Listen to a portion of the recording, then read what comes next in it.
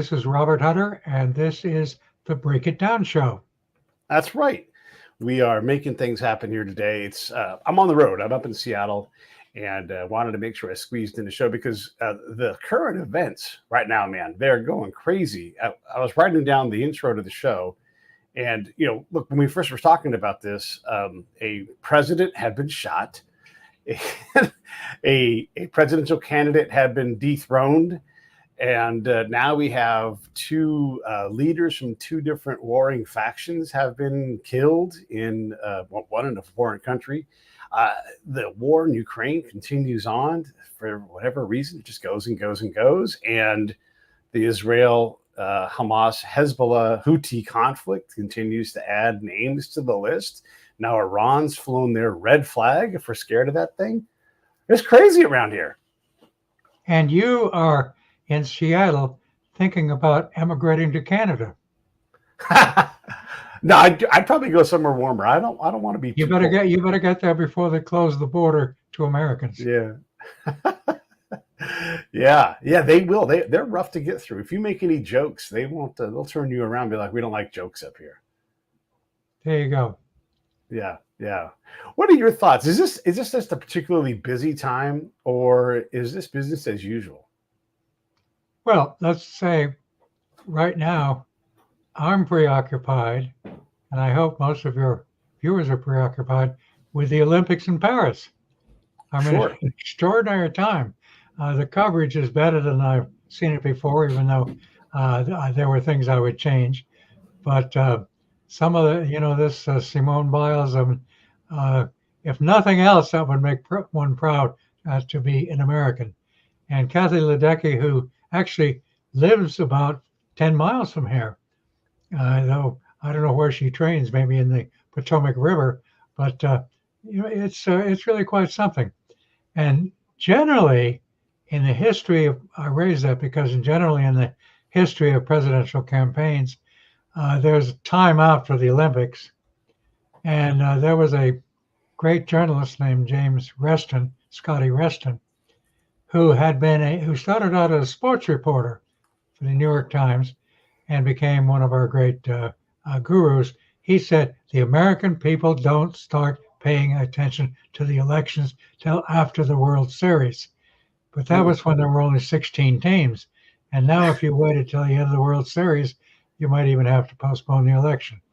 I'm trying to make a point, which is a lot of what you now see on the media, which is 24/7, particularly the electronic media, isn't worth anything. If a candidate makes some really stupid goof, maybe it will matter. But we have one candidate, Mr. Trump, who continues to say all kinds of outrageous things, I think judged as just an observer rather than somebody with a political orientation. I was going to say alienation orientation. People would say, how could anybody say this kind of thing and run for president? Like going in front of the Association of African American Journalists and saying the Democratic candidate is not even black.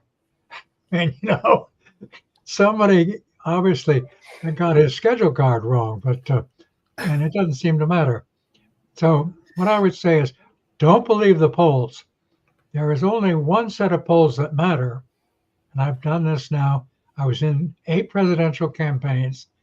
I've written speeches. Here comes the bragging. I've written speeches for more serious presidential candidates than anybody else in U.S. history. 3 of whom were or became presidents, and 4 of whom were or became vice presidents. So I've kicked around and still trying to keep from being cynical. But the only polls that matter are the ones that the major outlets do 2 or 3 days before the election, because they want to say we called it. In terms of all the commentary about what's going on in the election, somebody's up this amount of points, somebody's ahead in this swing state or not, or even which of the swing states. That is, trust me, people out there, is utterly meaningless.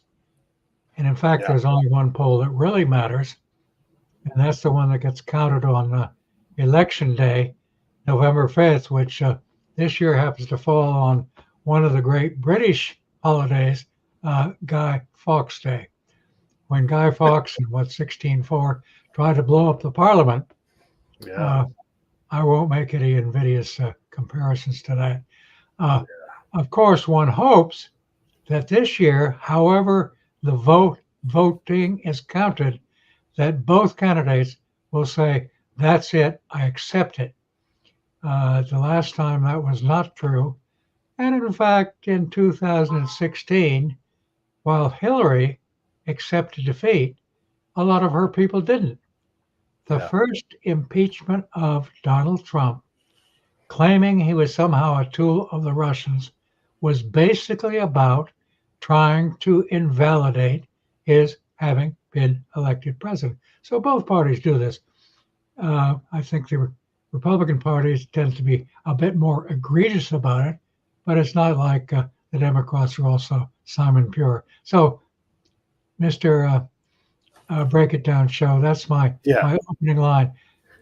Don't believe anything you now see as dispositive about how the campaign is going to come out. Even having said that, the fact that what polls there are tend to say it's more or less equal, et cetera, et cetera. It's that itself is remarkable.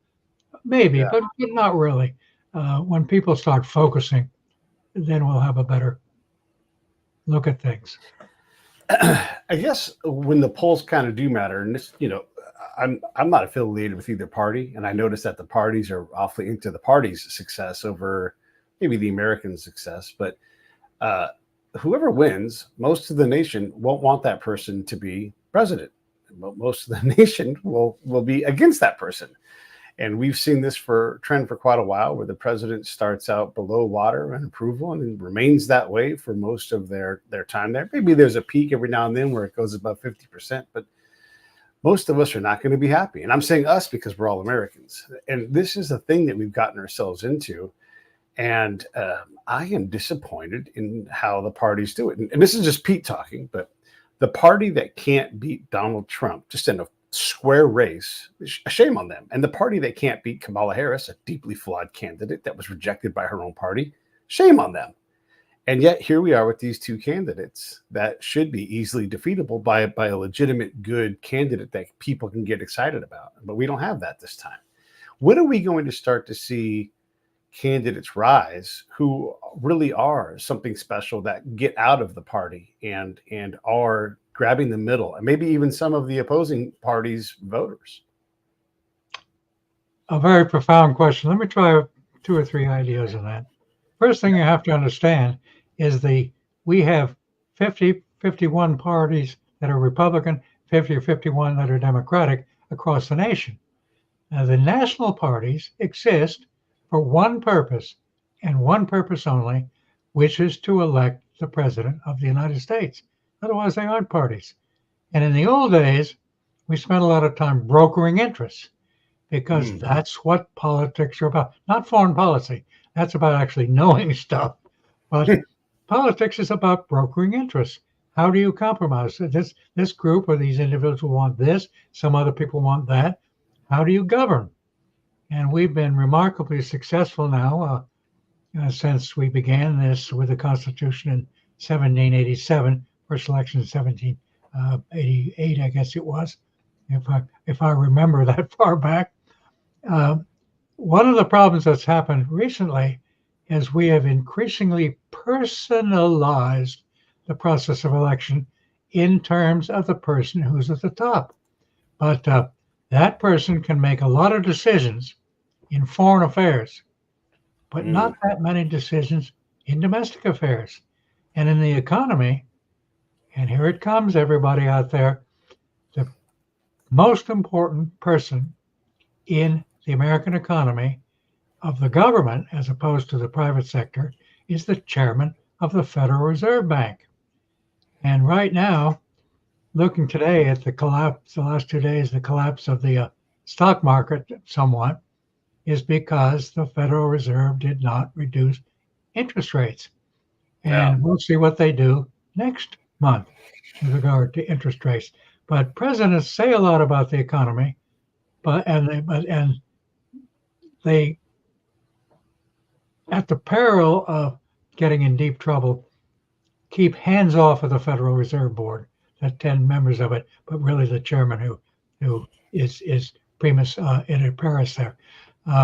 But the issue is governance. So how you do the Senate and House of Representatives is extremely important. Who gets elected? Who runs the particular parties in the two chambers? How they work together or don't work together.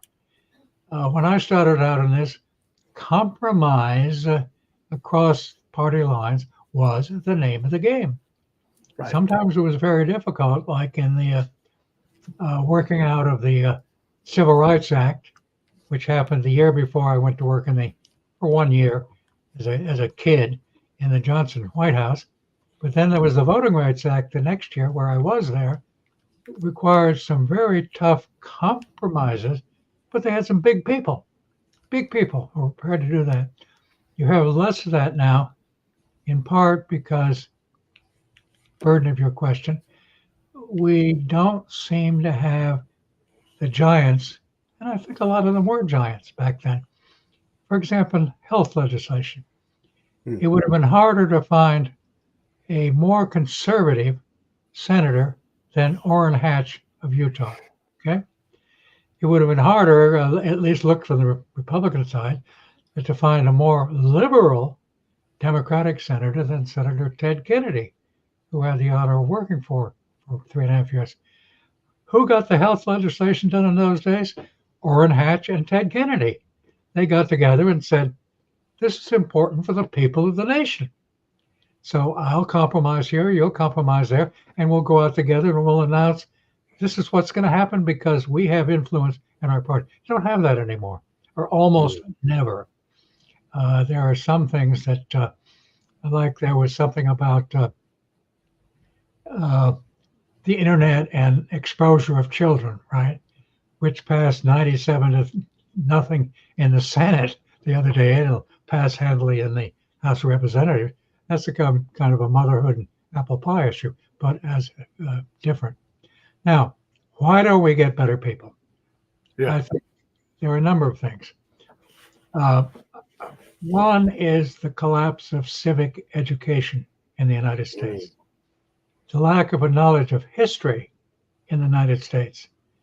The things you ought to know by the time you get out of high school, I don't know whether it's being taught in these fancy private schools, but the public schools are tending to be starved across the nation of the funding that's required.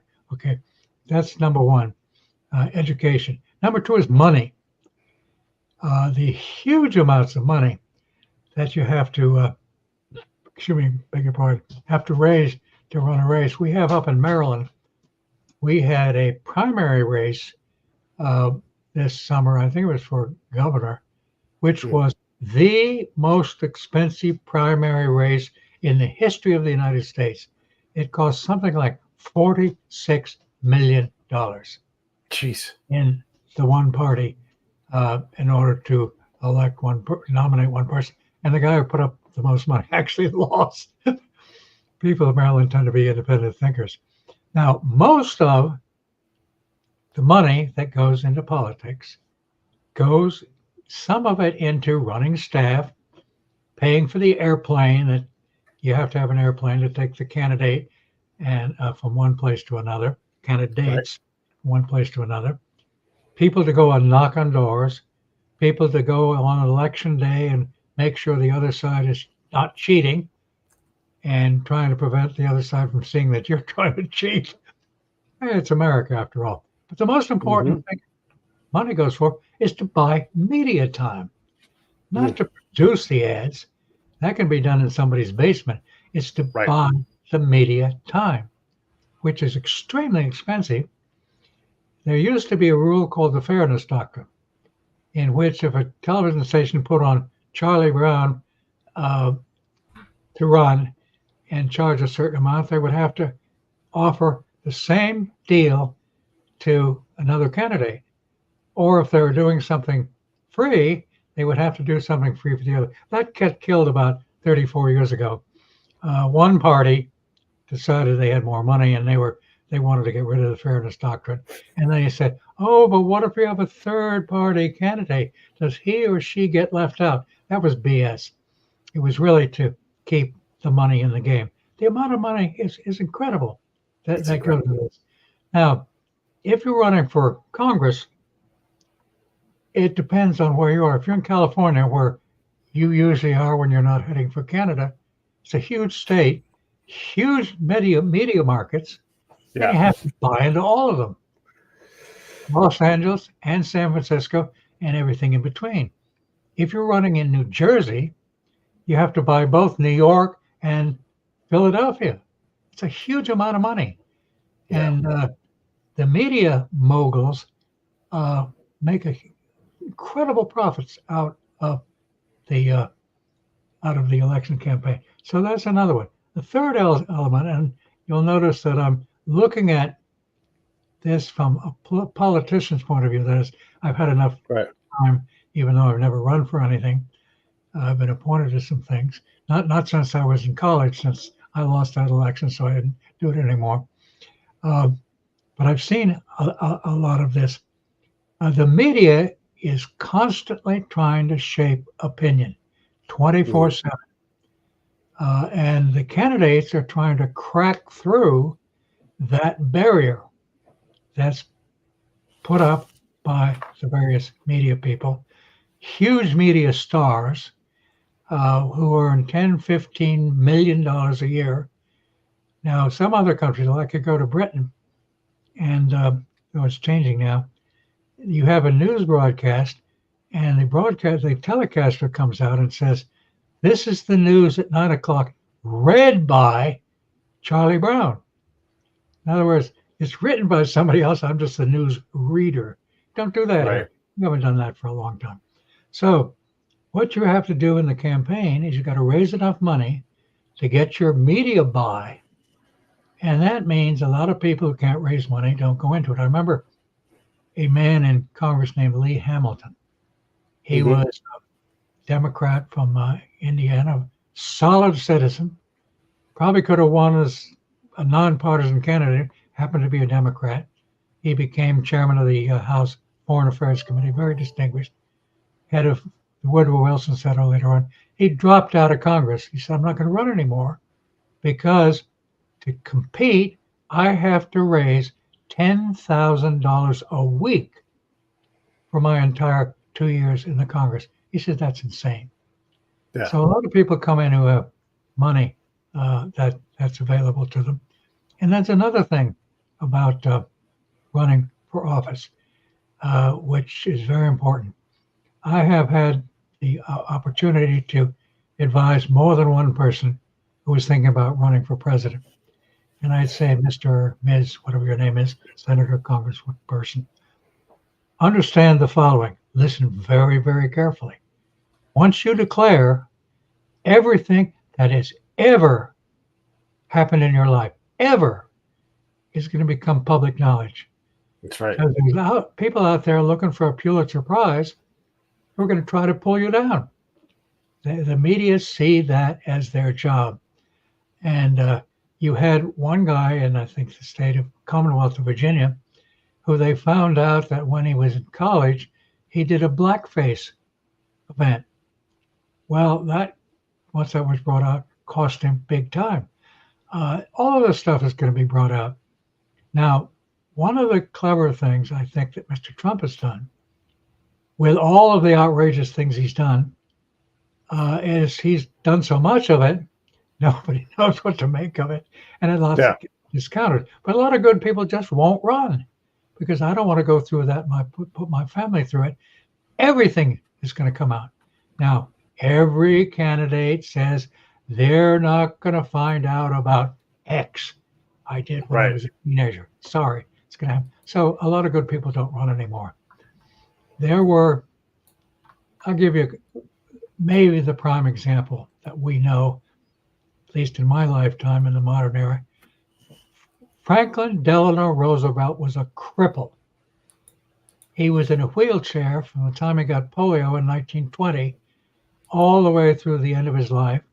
He would, when he appeared before the conventions or spoke to Congress, stagger to his feet with heavy braces, be helped along with his son Roosevelt, Elliott Roosevelt. And the American people understood this, but they never saw a picture of Franklin Roosevelt in his wheelchair. And they discounted it. Now, if you have something like that, give you an example the other way. 1972, I go back on that, the McGovern campaign. The Democratic convention was in Miami. McGovern won, and only then, I know this to be true because I saw it happen, just said, hey, I got to have a vice presidential candidate. So they got together in a smoke-filled room, which didn't have any smoke in it, and they said, who do we go? And they said, well, what about Eagleton of Missouri? Not Eagleton. Was it Eagleton? Yeah, of Missouri.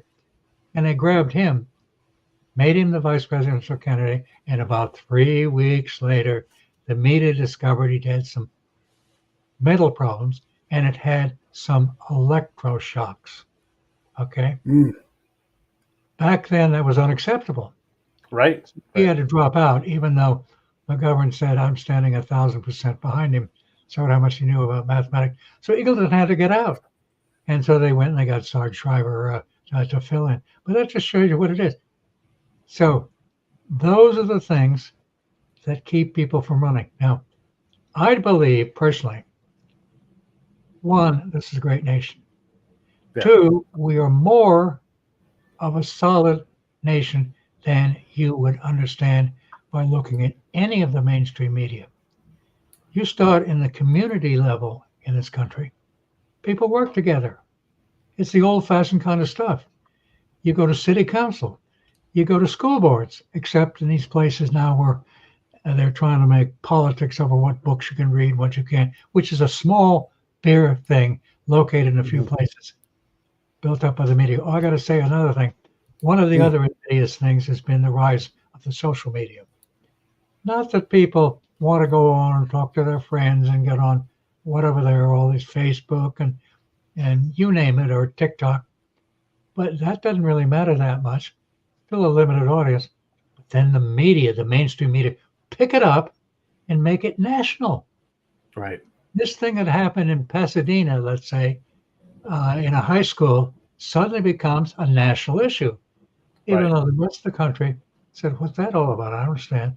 But the media say, because it's, what was the line that the president of CBS once said a couple of cycles ago? If it bleeds, it leads. Right. Okay? So there you go. Yeah. People try to manipulate things like, I'll give you something instantaneous. Yesterday, fortunately, we had the release of a bunch of prisoners who were held in Russia. Okay. Big moment. Now you unpack that a bit and you say, why did it happen now? And you start unpacking it and you find out there were a couple of reasons. One argument is that Mr. Putin would kind of like to improve his image with some people in the West.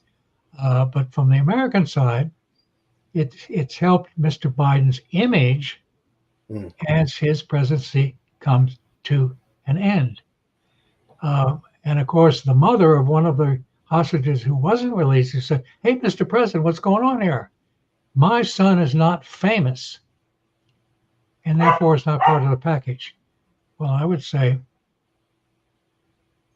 maybe that's so, maybe it isn't. But one thing that was revealed was that in order to get this done, because for whatever reason, Mr. Putin wanted to get a murderer back, a KGB or FSB person in Berlin who shot an opponent of Putin's in broad daylight and then grabbed him right away, threw him in prison.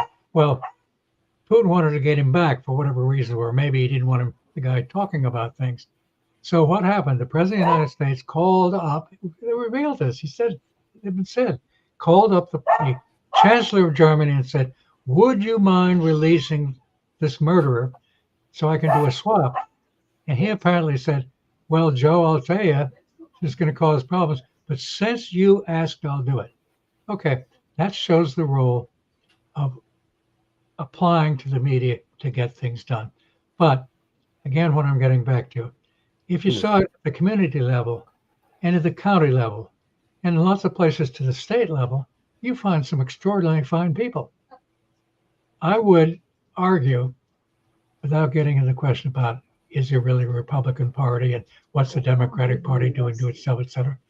If you would let me sit down, the two of us could sit down and probably in half an hour identify a better ticket on the Republican side and maybe a better ticket on the Democratic side, who would make a better president.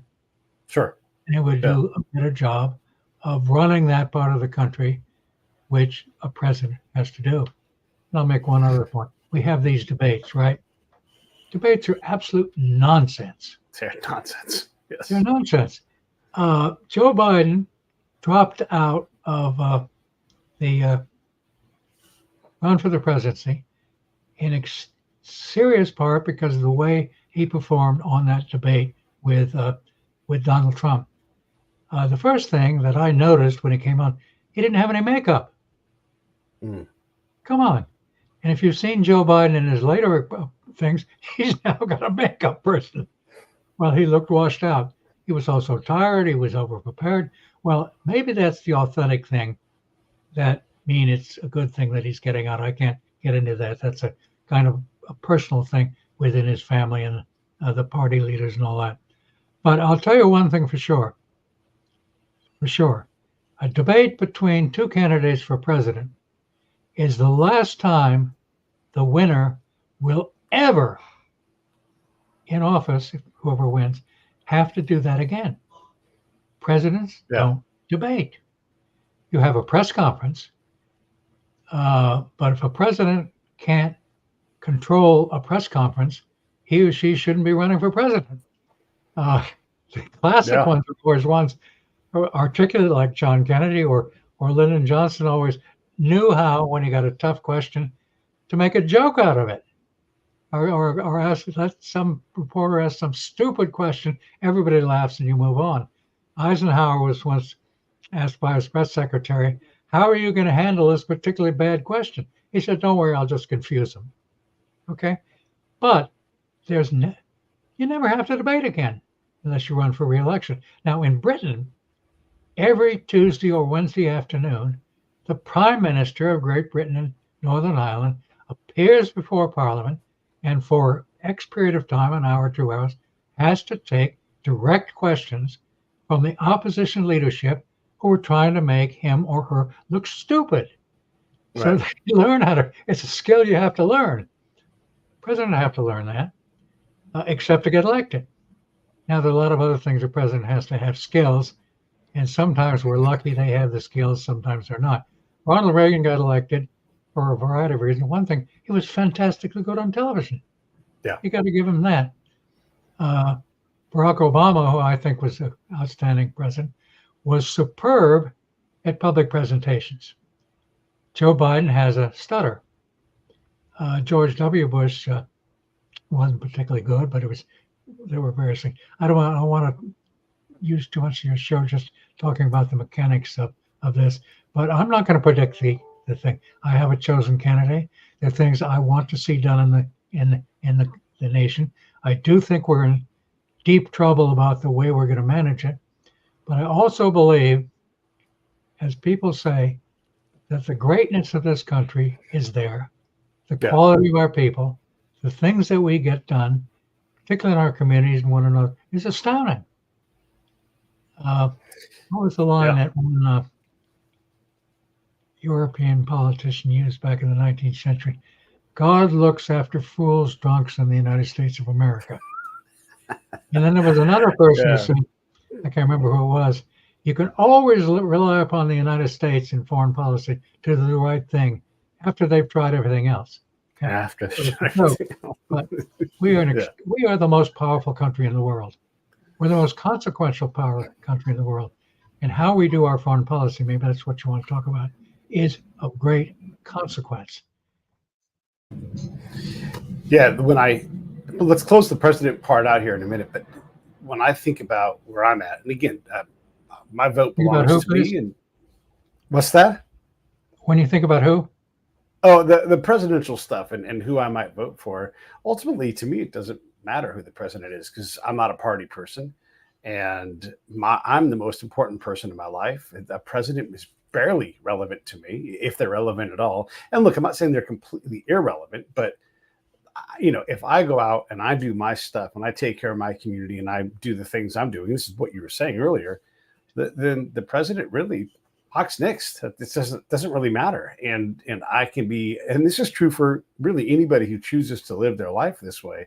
And so we get wrapped up in somebody who we're never going to talk to, is never going to make a decision that really will be very impactful to us. And when they do, it's one in 1,000 things that they do. So we really can in our nation. It's wonderful for that, right? And we do have these amazing, back to your civics point, these founding documents that protect three different, and this is a very unique thing with the United States, is we have these three documents that found our nation, and they protect three individual liberties. You have the Declaration of Independence, which protects us, our freedom, national freedom, like we are the United States, back off. And then we have the Constitution, which protects our political freedom. And then we have the Bill of Rights, which protects our individual freedom. And so these three things work together. If we apply all these things. Yeah, depending on how we work these vehicles, but these vehicles are very. The Supreme Court will let us apply these things. Sure. Or if the states, in conjunction with how the Supreme Court and if the Congress and all these different people, for sure. But we do have these documents that allow for our system to be fairly robust and protect us from the worst of ourselves and be able to kind of just go forward reliably, in a good direction. I mean, here we are looking around. We are the biggest country, and we do tend to do the right thing over time. We make a lot of dumb mistakes, and we should get better at these things. We, for whatever reason, are revisiting racism at some level that makes no damn sense. I thought we'd gotten past a lot of that stuff, but we're choosing as a nation to dig back in and get back into it. Oh, all right, let's have these conversations. And they're not good conversations, right? We're kind of designed to be a big fat argument all the time. But yeah, I mean, the president sort of matters, and I would stand next to either of the people who are candidate right now and be like, I have better character. I have more integrity. I'm more honest than either of you. But I also don't want that job. I don't want that job. It's a horrible job because we treat, as you were saying, we treat the president terribly. They'll be fantastically wealthy at the end of office. Everybody who gets elected at the federal level seems to get fantastically wealthy. And I don't know what we do about that, but it just makes me further removed. I don't even feel disenfranchised. I just don't think that my federal vote matters a bit. I just don't. I've just become apathetic about it because there's no reliable direction, and I just see it being very it serves itself, and that doesn't serve me. And so I go out and take care of my own things, and my life improves the less I pay attention to the news and the less I pay attention to politics. Yeah, but a lot of what's done in Washington is going to impact on your life, whether you like it or not. Yeah. Well, not only Social Security, health system, education system, the railroads, the mail, the military. I could go on and on and on. There's an awful lot of stuff that's going to matter, whether we have a healthy economy or not have a healthy economy. How much inflation there is, that depends more upon supply chains and the Fed and interest rates and all that. So you can't escape. You can run, but you can't hide. And I'm not saying it has zero effect, right? Pardon? I'm not saying it has zero effect, but I am saying that if I choose to live my life and be the most important person in how my life runs, then it's going to be hard for some person in DC to be all that impactful. Sure, policy may scooch over a bit on railroads to create more or less, but we have the most railroad in the world. We have the most. We move the most stuff on rail, and maybe we'll move more stuff on our waterways. And will that impact me? Maybe not. And I'll let them know if it does. Inflation for sure matters, but we've been spending a lot of money and printing a lot of money. We've all known inflation was coming. Here it is. Which president hasn't spent a lot of money? Yes, please. If I'm making a case for government, a lot of what you're saying, and I might agree with a lot of it, works more for people who are white, middle class, and are not deeply affected by the ups and downs of the economy. Certainly not about opportunities to get a Right. decent education, to have parents who are not on drugs, et cetera, et cetera, et cetera. Yeah. And frankly, we're better off being males than being part of the majority who are females. One thing I happen to like very much is we have a woman running for president. Hillary ran for president. She was probably not the best person to run for president. That's another matter. But I hope I happen to support the Democrat. I'm not entirely a yellow dog Democrat. I'll support any, but I will be honest. You probably can tell.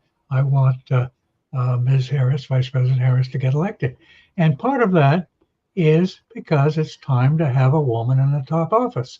I like the idea of women in the Supreme Court. I like all the women are now in the Congress and in the media, et cetera, et cetera, et cetera.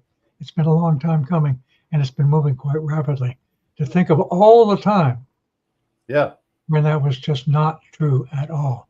And a lot of that can be debated. Now, let me shift a little bit more to the election.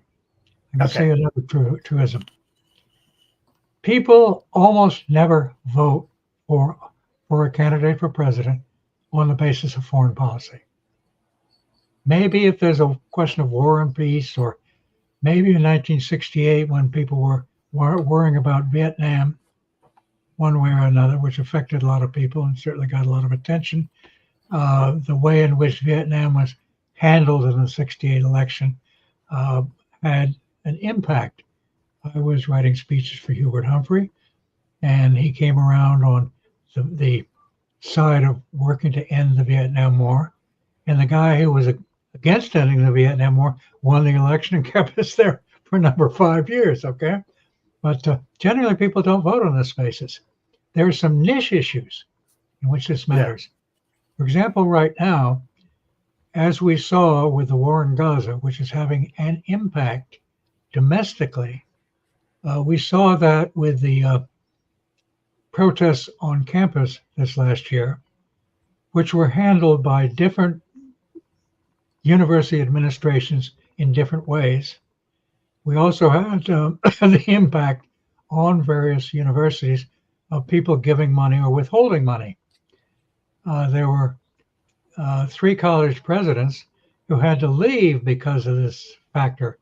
Harvard, Columbus, and Penn. These are not inconsequential places. And because of the way they were perceived by some people to have handled these issues inadequately. I will make you an absolute prediction. Here's a prediction. When the kids come back to campus, we're going to see encampments again. We're going to see strong protests again. Not just, I don't think the issue will have died out by then. It doesn't look like it will have died out. And there are divisions within body politic among younger people. But also, the Prime Minister of Israel made it worse for this issue in our campaign when he spoke to the Congress of the United States last week. And he said the people who opposed what Israel is doing in Gaza, in particular the people on campuses, were useful idiots. Well, that's a term that goes back to the Cold War and to Lenin and everybody else who say we communists are going to use all these I mean, that was just an amazing thing. If you wanted to throw gasoline on a fire on campus, if anybody was paying attention about surfboarding, that's going to be something. But in general, the one thing people, I think, in general, look for is the following. Can the President of the United States, who's going to be elected, keep us safe? Keep the nation safe. And what's my standard of judgment? I look at this person and I say, could that person be the commander-in-chief? I invented the term the commander-in-chief test. It's not how you speak about foreign policy issues. It's how your demeanor. For example, I would say Ronald Reagan, who had 0 foreign policy experience, passed the test when in the New Hampshire primary, he got into a fight and he said, I paid for this microphone. And people said, good for the giver. Okay. I've seen various times like that. Some people run and they don't look like they're going to be strong. George McGovern didn't look strong. Mm. And yet, of every modern president, going back, I think probably to Ulysses S. Grant, George McGovern had more combat experience. He flew bombers over Germany way past the number you're supposed to fly. He was a genuine hero. Yeah. And yet nobody saw him as a potential, or not enough people saw him as a potential president. Okay. So it's a commander-in-chief test. And you pass it by how you look. Now, I'll say one thing about Mr. Trump. He comes across to a lot of people as somebody who would kick a bad guy in the rear end. Okay? He comes across like that. And I think a lot of people say, well, I can vote for him. I don't care about the issues. I don't care about what's happening in Israel. I don't care what's going to happen in Ukraine. And one of the remarkable things, he can say, I got along with Kim Jong-un of North Korea. He's kind of a buddy, and we're going to be buddies again. He said that yesterday. And a lot of people say, well, so what? What does North Korea impact on my life? The answer is it doesn't impact it at all. Now, issues of war and peace do matter, and presidents are very important. But I think the important thing for a president is, in actually doing it, is to recognize first, the world does not care whether we have a Republican or a Democrat president. The world goes about its own business. They look at how the United States behaves. Sometimes the things that are said by our leaders are the things we do. Right. If it's a Republican doing it or a Democratic doing it. Now, we're trying to, in the Democratic Party, trying to manipulate things that Mr. Trump has said about his relationship with Putin or things he said about NATO. I don't think he'd get us out of NATO. And I think a lot of things that were said about him with regard to Putin were blown out of proportion. When the Democrats went to try to impeach him over Russia, I said, that's a stupid thing to do. All that does is help Trump, and it did.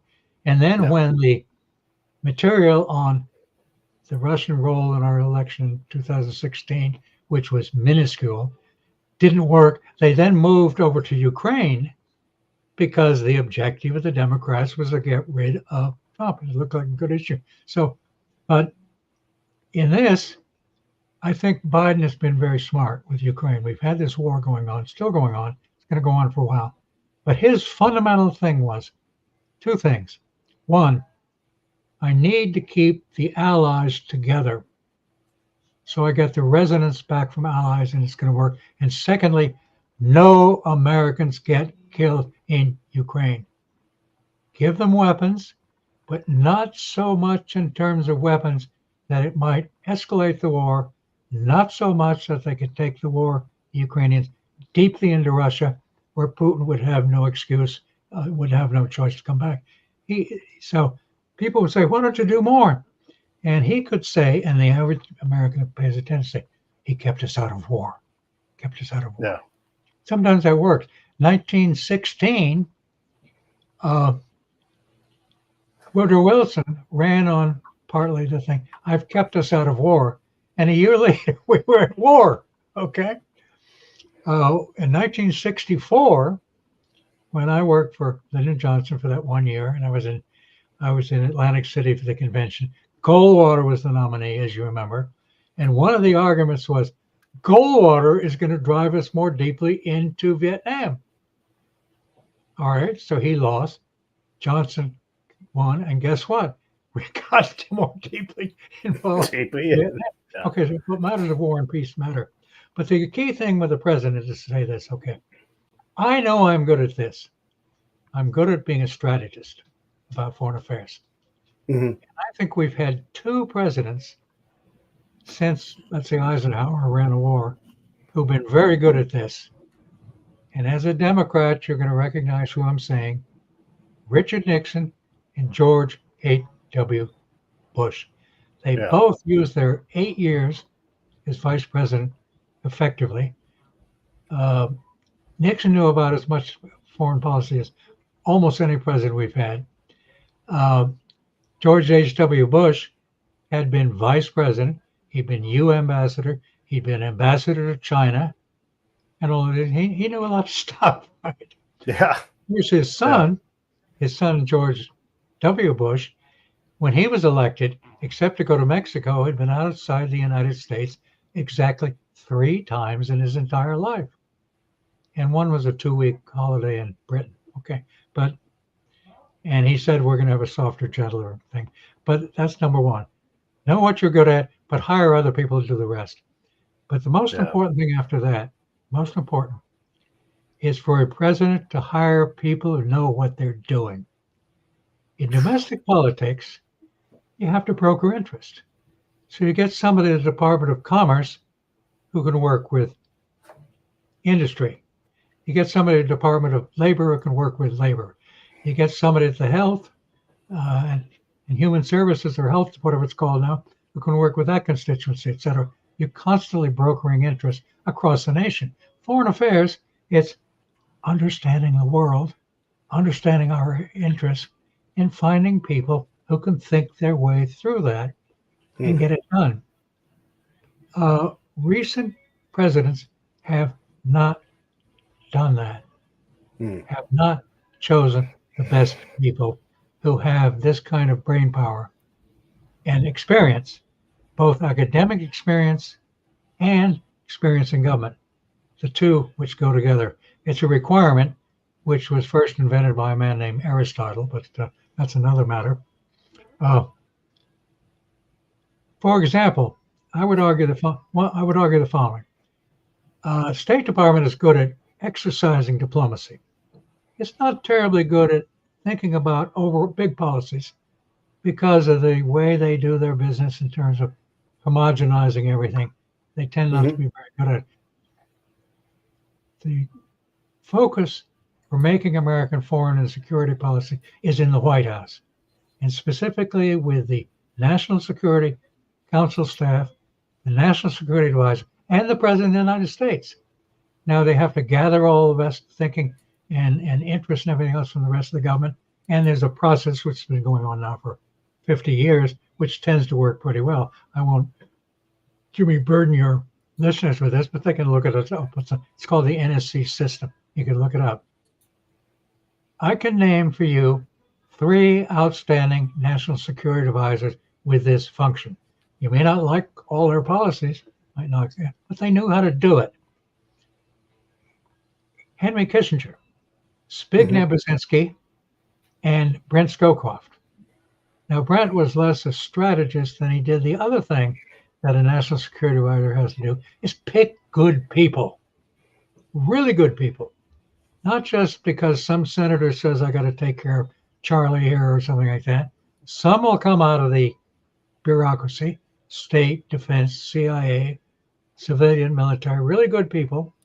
Some will come out of academia, really good people.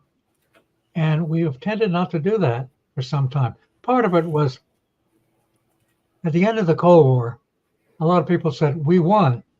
We don't have to think about the world very much. We won.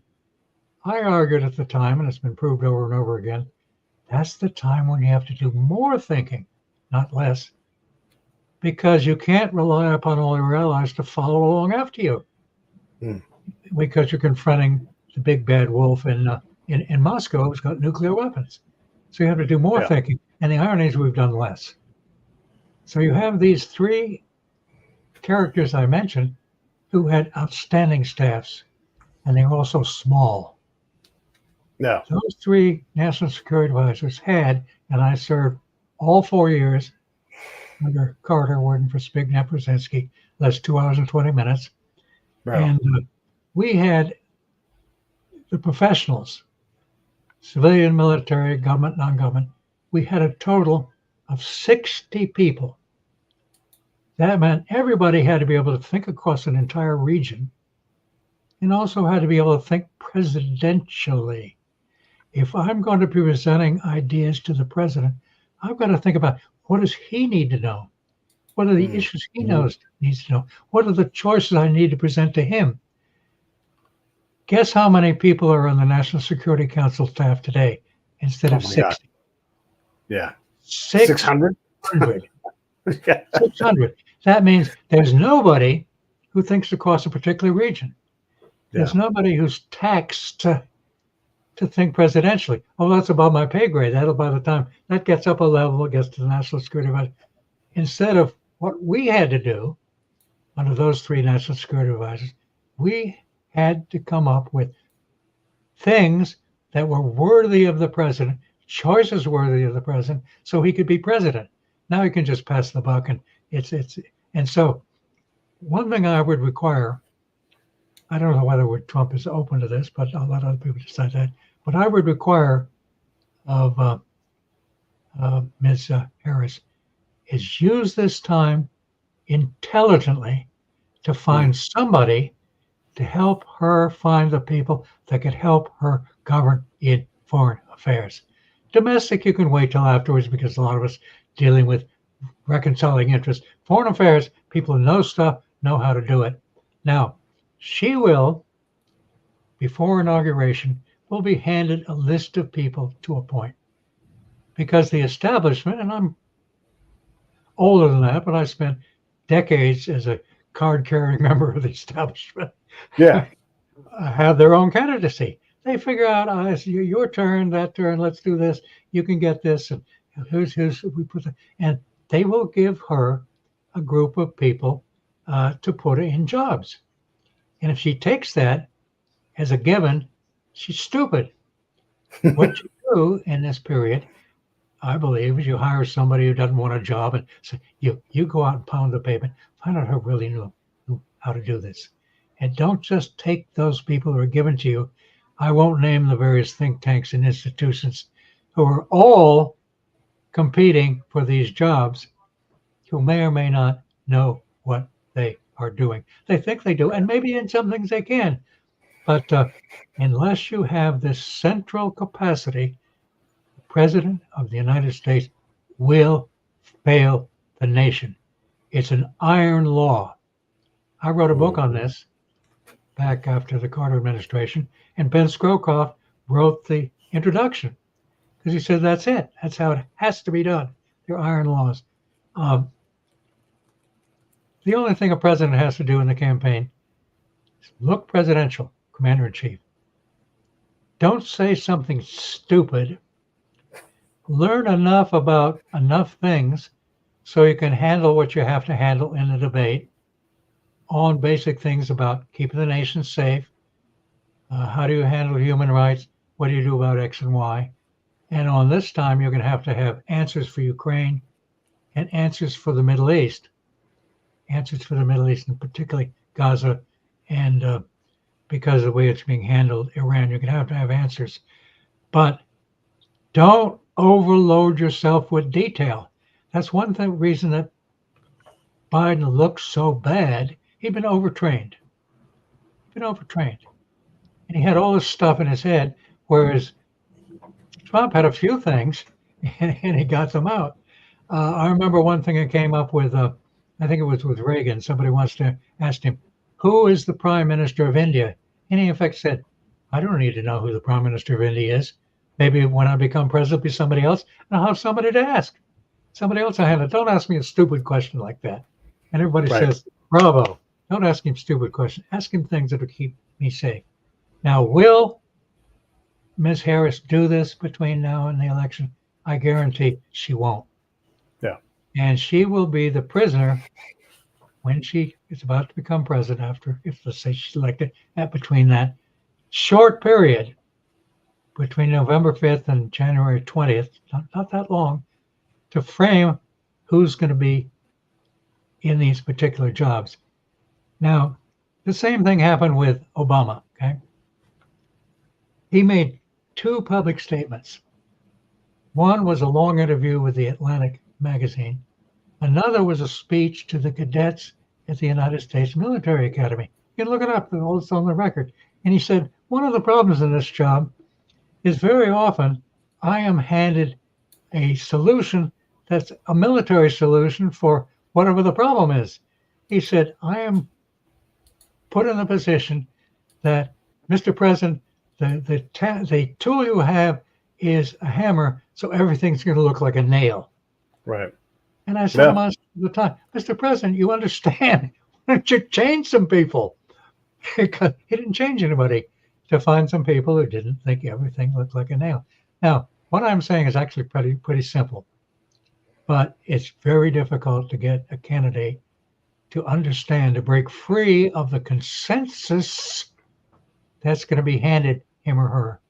The consensus is worked out in part to box in the president in things that need to be done, but even more, who's going to get the jobs.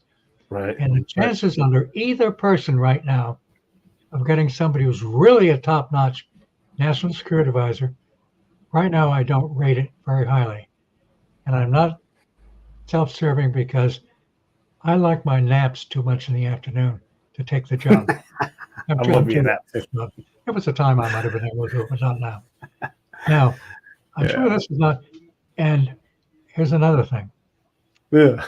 Foreign policy for the balance of the campaign has shut down. We're not going to do anything different on Ukraine. There is a thing that is going to have to happen.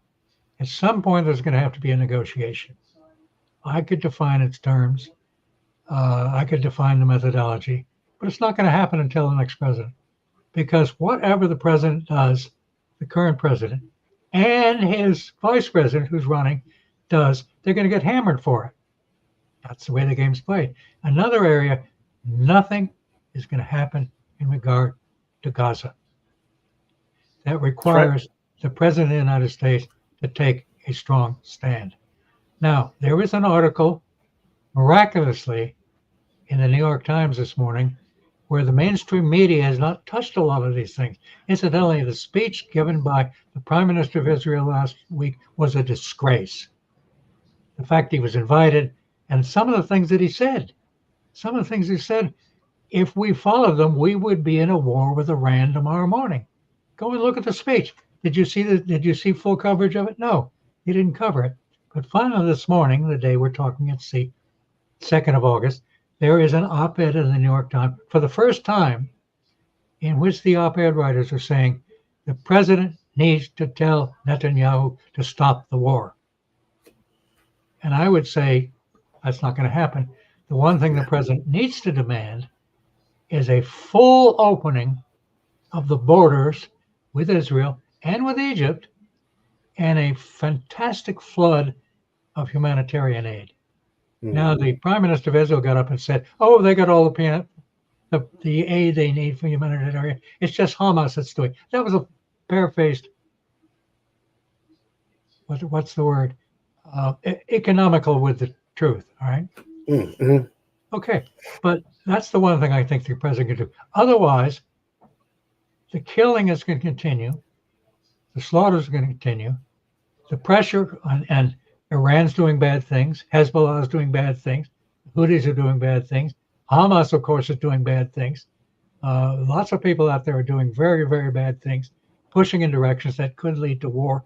And if there's a war with Israel, we're in it. Okay? If there's a war with Iran, we're in it.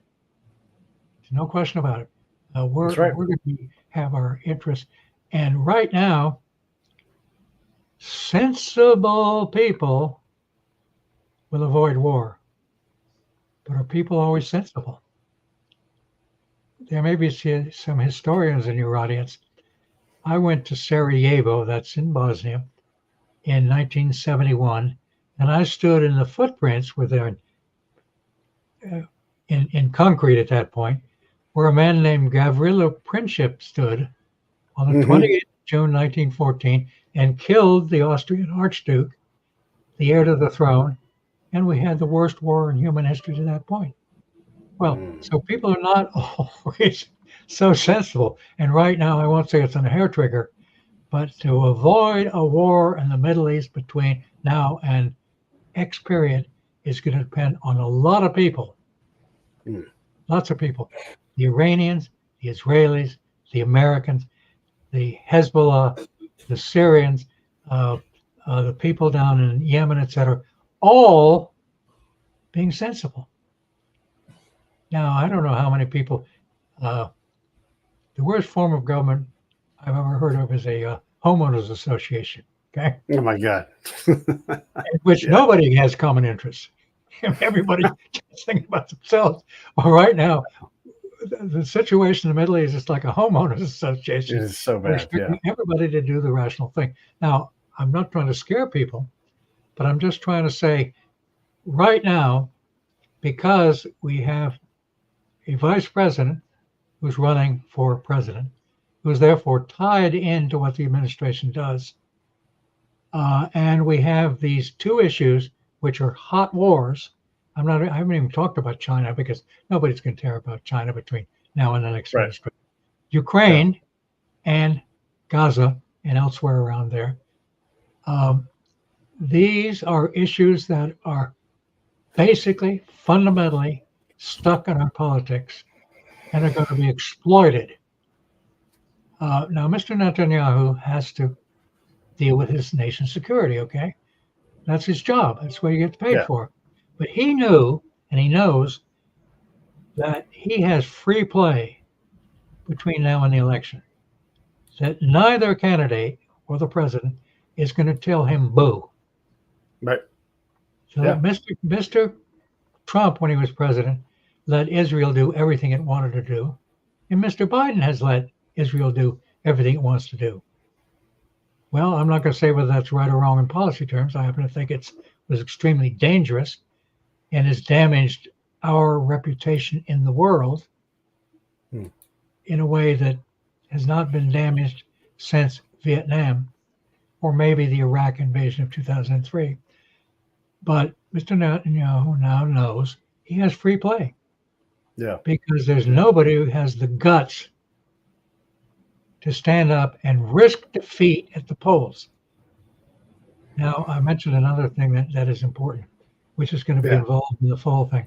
As you've seen, there are some so-called swing states that have a lot of Arabs, a lot of Palestinians, and a lot of people who support Israel. Some are Jews, some just support Israel for historical reasons. I happen to be a strong supporter of Israel's security, and some are evangelical Christians because they see Israel's importance in the end of time. Okay, but so there's a balance, and so the candidates, particularly the Democrats, are having to calculate what do we do in regard to Gaza, and what are we going to do in regard to the encampments and all of that, so we come out with a balance that's going to help us get the electoral votes of 3 or 4 states in the Midwest, which may well determine the election. Yeah. It's tough. And it's tragic. It's tragic that we are now prisoners of people in the Middle East. Yeah. Out of war. We are prisoners of our political system in regard to the Middle East, of being able to do things that might make sense in American foreign policy. It's not the first time it's happened. It used to be back in the 50s, the so-called China lobby. Oh, If you were to Chiang Kai-shek against Mao Zedong, you were beyond the pale, and you're probably a commie. Look at what That's right. McCarthy and all these other people your listeners never even heard of did to destroy the State Department, destroy millions, dozens of careers, get people thrown out of Hollywood, all this stuff, for destroyed careers. Well, we're in a situation like now with it's not as bad as it was in terms of career destruction as it was in the 1950s, the China lobby, but we have lobbies today which are very important. Some get controlled, like the Irish lobby ain't what it used to be, in part because of some 4 leading Irish senators, Kennedy Moynihan, Governor Kerry, and Tip O'Neill got together as they call themselves the 4 Horsemen, and they brought under control the IRA supporters in the United States and broke the back of the Irish lobby. Well, we don't have that choice now. But if I were right now Biden and Vice President Harris, I would be losing sleep about how to manage these things, particularly that one where I really don't have control because of the 5 players in the Middle East, big players. Ukraine, Yep. there's not going to be a breakthrough. There's not going to be this. There's not going to be that. That's more or less going to be under control in the election. It may sound cynical, but that's the way politics are done in our country. The way politics are done. Yeah, I guess let's wrap up on this. And I know you're honest about these things, so I'll be interested to see what you say. I've been very candid, and I'm going to be in deep trouble. But let me tell you, on my basic perspectives of foreign affairs, how it's run, what the issues are now, I don't know any honest expert who would disagree with what I've said. Yeah, I know a lot of dishonest experts who've drunk the Kool-Aid of one side or another. Oh yeah, sure. Would disagree with me. Yeah. Well, yeah, and if it wasn't you talking, when I hear the stuff that's anti-Netanyahu, this is not because I'm pro-Netanyahu, but I always ask the question, when does the politics stop and Netanyahu start, right? Because that's a fair criticism, because we get ourselves wrapped up in what Israel ought to do, and it's partisan a lot of times. But I don't want to get distracted by that. What I want to ask you I just have to say again, basically, please. Netanyahu has to do what's best for Israel. I don't happen to think some of the things are best for Israel and also not best for the United States. But that's another matter. Yeah. And Israel's going to continue to kill people in other people's countries. That's going to happen. And that's what they do. And Israelis are going to continue to get killed, but in smaller numbers. I mean, as we speak, Iran, because of the murder of the person from Hamas who was most likely to do a deal, they deliberately killed him rather than somebody else. Just as they deliberately killed the guy in Beirut. Okay, that's far less consequential. But at this point, Iran has said, we're going to have to do something. We have said we're going to do what we can to prevent aerial attacks. But I'll tell you, the next period is a hold your breath period. I mean, the Iranians don't want a war. Netanyahu doesn't want a war. None of these we don't know how this killing happened, but if it did involve a jet, it definitely has our influence in that thing too. Well, maybe not. It's an embarrassment for the Iranian leadership because there was a planted bomb, and that had to be done by insiders. Okay. Yeah. Well, there's that too. It's done. Let me ask you this. That's small beer. That's tactical and daily compared to the larger problem that right now we are stuck. We, the United States of America, the big enchilada in the Middle East, not in control of what might happen in the next few months. Hezbollah, the Syrians, the Houthis, the Iranians, Hamas, the Israelis, each have more control over the future than does the President of the United States. Yeah. And when we actually know the actual story of how that dude died and everything else, and maybe we know now, but these things tend to change. And I've seen these stories change. We don't even know what happened with President Trump's assassination attempt. We don't even know what happened there. So these stories change. I want to ask you this question to really close out. And I don't want to hear about ethnicity. I don't want to hear about gender. I want to hear about actual professional credentials.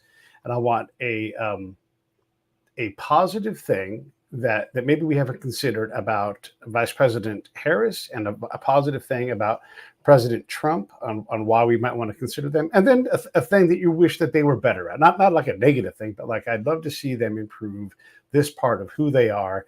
If either of them ultimately, and heck, it's so crazy right now, maybe neither of them is the candidate in 100 days. Who even knows what's going to happen? It's been so crazy because there's not going to be some twists and turns. So one thing that's professional about each person that's good, and one thing that you'd love to see them improve about either of those people. How long do we have to talk about it? As long as you want, man. The two parties, at least domestically, do present different approaches to what we're going to do domestically at home. They're serious choices.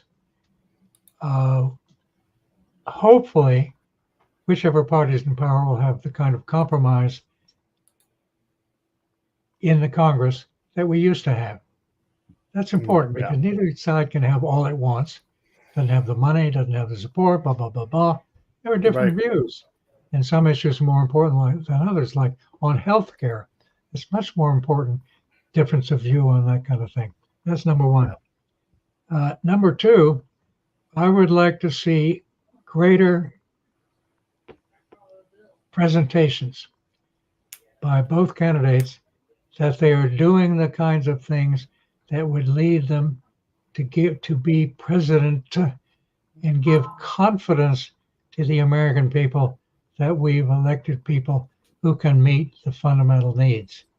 That's, believe it or not, in terms of their demeanor, is less important in domestic affairs, because they're, no matter which party wins, they're still going to have to deal with certain kinds of issues, all right? And they're still going to have to do the same kind of bargaining. I'm more concerned to have confidence that whichever one becomes president, they're going to hire sensible people and do sensible things that will advance the interests of the United States. Both of them are very intelligent.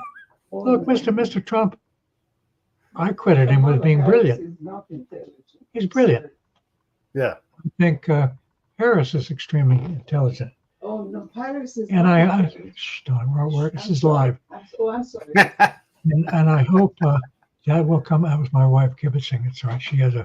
She's a voter too, you know. So, but yeah. I'll let her do the next show. And your dog's a voter. And the dog is not a voter. That you're hearing from. Oh, that's what I hope for. Now, all that simply because we might get him as president. Right. What some of the things that Trump is doing are helping the Democrats immensely, because independents are going to say, "What the hell is going on here?" But I would like him to tone things down and get more in terms of here's how I'd actually run the country, rather than the kinds of things about, was Obama born in the United States? Is Harris a black and an Indian, or is she all gender politics and all this kind of stuff? I would like all that kind of stuff. You know, he is the nominee. Yeah. He's nominated and he has a good chance of being president of the United States. And I don't personally think, as a political animal, believe that a lot of things that he says and does are going to increase his chances of winning the election. Now, in particular, that he's got a young candidate against him who's got a lot of energy. But as to who's going to get elected in November, I'm going to hope for the best. And I hope that whichever gets elected is going to put the United States of America and its people first. That's what we pay them to do. Yeah. Not the nation, which is not at all as divided as a people as the media would have us know. Oh, that's totally true. It's You're just right about not that. true. It's just not true. Yeah. I mean, we are fundamentally a patriotic people. I mean, you look at the Olympics. When any one of our people win, look at the reaction of not only the people there, they wrap themselves in the American flag because they're representing the United States of America. Yeah, and I'm proud of them, all of them. I'm proud of them.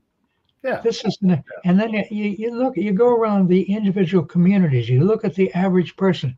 You look at the kind of education that most people get, though there are a lot of holes in it, etc. This is an amazing country, country. And I think both Biden, Harris, and Trump would all fundamentally agree on that, but are running different tactics to get various different kinds of things put forward. I am confident that we will rise above whichever person is elected that a large part of the electorate wished had not been elected. I hope everything goes the way you hope it goes. That would be good. All right, let me roll these credits. I'll be right back to say goodbye to you. Hey, thanks for watching the show. I really appreciate it. Right here, you can subscribe. Please do that. It makes the show grow. Hit that notification bell so you know which incredible guest is coming up next. Down below is the PayPal link. You can put a small subscription in. That is an enormous help. All that money goes right back into the show. And then right up over here are the next episodes you should listen to, curated by yours truly. Thank you so much